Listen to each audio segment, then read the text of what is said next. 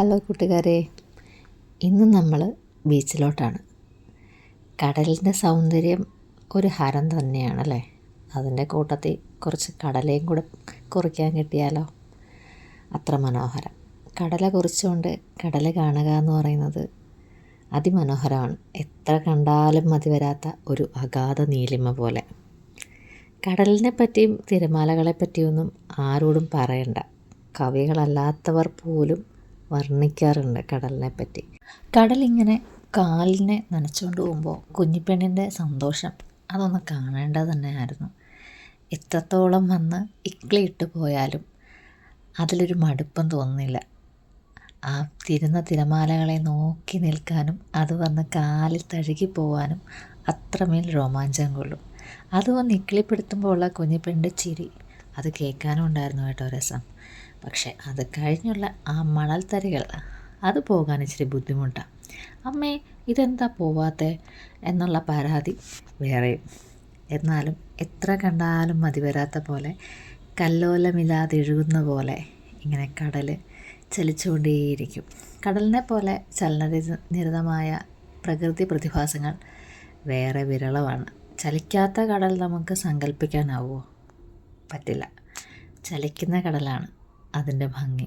പക്ഷേ ഫോട്ടോഗ്രാഫിയിലൊക്കെ കാണുന്ന പോലെ ചലിക്കാത്ത കടൽ അതെപ്പോഴും സംഭവം ആകുമോ എന്ന് ചിന്തിച്ചാൽ ആകരുതേ എന്ന പ്രാർത്ഥനയാണ്.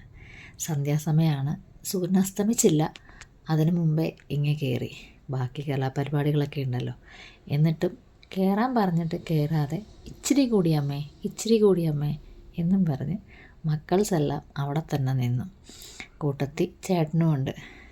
കുഞ്ഞുങ്ങളെക്കാളും വലിയ കുഞ്ഞു മനസ്സാണ് ചേട്ടനത്. കുറച്ചുകൂടെ കഴിഞ്ഞ് പോവാം. അതിനിടയ്ക്ക് കടലമ്മ കള്ളിയെന്ന് എഴുതി കടലിനെയും പറ്റിച്ചുകൊണ്ടിരുന്നു. ഒന്നെഴുതി ഓടി വന്ന് വായിച്ചു, രണ്ടെഴുതി ദേ വന്ന് വായിച്ചു, മൂന്നാമത് എഴുതിയിട്ട് ആദ്യം വന്നു തൊട്ടില്ല, രണ്ടാമത് വന്ന് പറ്റേ വന്നു പോയി, അതും തൊട്ടില്ല, മൂന്നാമത് വരത്തില്ല, അത് മായ്ക്കില്ല അമ്മേ എന്ന് പറഞ്ഞ് കുഞ്ഞുങ്ങൾ. പക്ഷേ കടൽ വിടുവോ തന്നെ കള്ളിയെന്ന് വിളിച്ചാൽ? മൂന്നാമത്തെ വരവ് 1.5 വരവായിരുന്നു. കേറിയൊരു വരവ് വന്നു. കടലമ്മ കള്ളിയെന്ന് മാത്രമല്ല, മുമ്പിലും പിറകിലും നിന്നവരെ മൊത്തത്തിൽ നനച്ചുകൊണ്ട് പോയി. അതിനുശേഷം മതിയാക്കി കയറി. ഇനി അടുത്തത് ഫുഡടിയാണ്. കടപ്പുറത്ത് വന്ന ചായക്കടയിൽ നിന്ന് ഭക്ഷണം കഴിച്ചില്ലെങ്കിൽ എന്തോ പോലെയാണ്.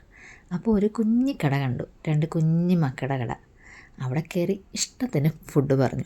ആ ഫുഡ് പറയുന്ന നേരം പിള്ളേർ സെറ്റ് ഐസ്ക്രീം വാങ്ങാനും പോയി.